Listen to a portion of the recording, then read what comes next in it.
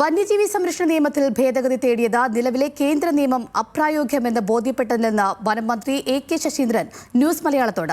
Concurrent ലിസ്റ്റിൽ ഉൾപ്പെടുന്ന വിഷയമായതിനാൽ കേന്ദ്ര നിയമത്തിൽ സംസ്ഥാനത്ത് ഭേദഗതി വരുത്താമെന്ന പ്രതീക്ഷയിലാണുള്ളതെന്നും വനം മന്ത്രി ന്യൂസ് മലയാളത്തോട് പ്രതികരിച്ചു. ബെൻസിൻ ബാബു തയ്യാറാക്കിയ റിപ്പോർട്ട് കാണാം. വനമന്ത്രി എ.കെ. ശശീന്ദ്രനാണ് ന്യൂസ് മലയാളത്തോടൊപ്പം ചേരുന്നത്. മിനിസ്റ്ററെ, നിലവിലെ കേന്ദ്ര നിയമങ്ങളിൽ അത് പ്രായോഗികമല്ല എന്ന പൂർണ്ണമായിട്ടുള്ള തിരിച്ചറിവിൽ നിന്നാണോ നമ്മളിപ്പോൾ ഇത്തരത്തിലൊരു നിയമനിർമ്മാണത്തിലേക്കുള്ള ശ്രമങ്ങൾ തുടങ്ങിയിട്ടുള്ളത്? സംസ്ഥാന സർക്കാർ ആദ്യം മുതലേ പറഞ്ഞത് നിലവിലുള്ള വന്യജീവി സംരക്ഷണ നിയമത്തിൽ കാലോചിതമായ പരിഷ്കാരം വേണമെന്നാണ്.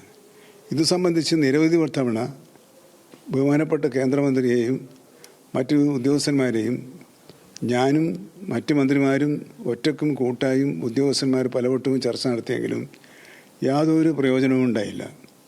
ആ സാഹചര്യത്തിലാണ് നിയമഭേദഗതി വരുത്തണമെന്ന് ആവശ്യപ്പെട്ടുകൊണ്ടൊരു പ്രമേയം കേരള നിയമസഭ ഐക്യകണ്ഠേന പാസ്സാക്കിയത്.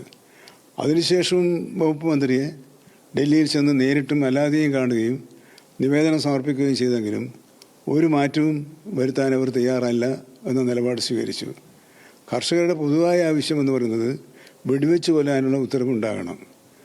വെടിവെച്ച് കൊന്നാൽ മാത്രം പോരാ, അതുമായി ബന്ധപ്പെട്ട മാംസങ്ങൾ മൃതശരീരം സംസ്കരിക്കുന്നതിന് മേൽ ഏർപ്പെടുത്തിയിട്ടുള്ള നിയമങ്ങളിലും ഇളവ് വരുത്തണം. ആ ആവശ്യം നടക്കണമെങ്കിൽ ഒരു വന്യമൃഗത്തെ ക്ഷുദ്രജീവിയായി പ്രഖ്യാപിക്കണം. ക്ഷുദ്രജീവിയായി പ്രഖ്യാപിക്കാൻ വനം വകുപ്പ് നിയമത്തിലെ 62-ാം വകുപ്പ് പ്രകാരമാണ് ആ നടപടി സ്വീകരിക്കേണ്ടത്. ഇതെല്ലാം ചെയ്യാൻ സംസ്ഥാനങ്ങൾക്ക് അധികാരമുണ്ട് എന്ന പ്രചരണമാണ് ദൗർഭാഗ്യവശാൽ കേന്ദ്ര ഗവൺമെൻറ്റിനെ പിന്താങ്ങുന്നവരും സംസ്ഥാന ഗവൺമെൻറ്റിനെ രാഷ്ട്രീയമായി വിമർശിക്കാൻ അവസരം കാത്തിരിക്കുന്ന പ്രതിപക്ഷ കക്ഷികളും ഉപയോഗപ്പെടുത്തിയത്. അതുകൊണ്ട് തന്നെ നിയമസഭ ഐക്യകണ്ഠേന അതിൻ്റെ പ്രമേയം പാസ്സാക്കി. ഒരു നിവൃത്തിയുണ്ടായില്ല.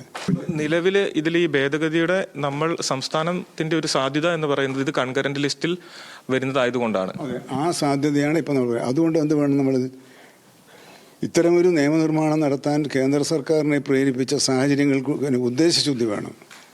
ആ ഉദ്ദേശശുദ്ധി പരിസ്ഥിതി സംരക്ഷണമാണ്. പരിസ്ഥിതി സംരക്ഷണത്തോട് പ്രതിബദ്ധതയുള്ളൊരു മുന്നണിയും ഗവൺമെൻറ്റുമാണ് ഇടതുപക്ഷ ജനാധിപത്യ മുന്നണി സർക്കാർ. അപ്പോൾ പരിസ്ഥിതി സംരക്ഷിക്കണം, അതിൻ്റെ ഭാഗമായി വനത്തെയും വന്യജീവികളെയും സംരക്ഷിക്കണം, ഒപ്പം ജനങ്ങളുടെ ജീവനും സ്വത്തിനും സംരക്ഷണം നൽകുക എന്ന ഭരണഘടനാപരമായ ബാധ്യത നിറവേറ്റുകയും ചെയ്യണം. ഈ പല നിയന്ത്രണങ്ങളുടെ നടുവിലാണ് വനം വകുപ്പിലെ ഉദ്യോഗസ്ഥന്മാർ പ്രവർത്തിച്ചുകൊണ്ടിരിക്കുന്നത്. അവർക്ക് കുറച്ചുകൂടി സ്വാതന്ത്ര്യം കിട്ടണം.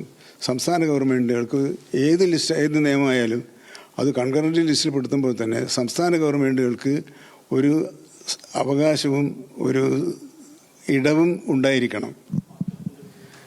സുൽത്താനോടൊപ്പം ബെൻസൻ ബാബു, ന്യൂസ് മലയാളം, കോഴിക്കോട്.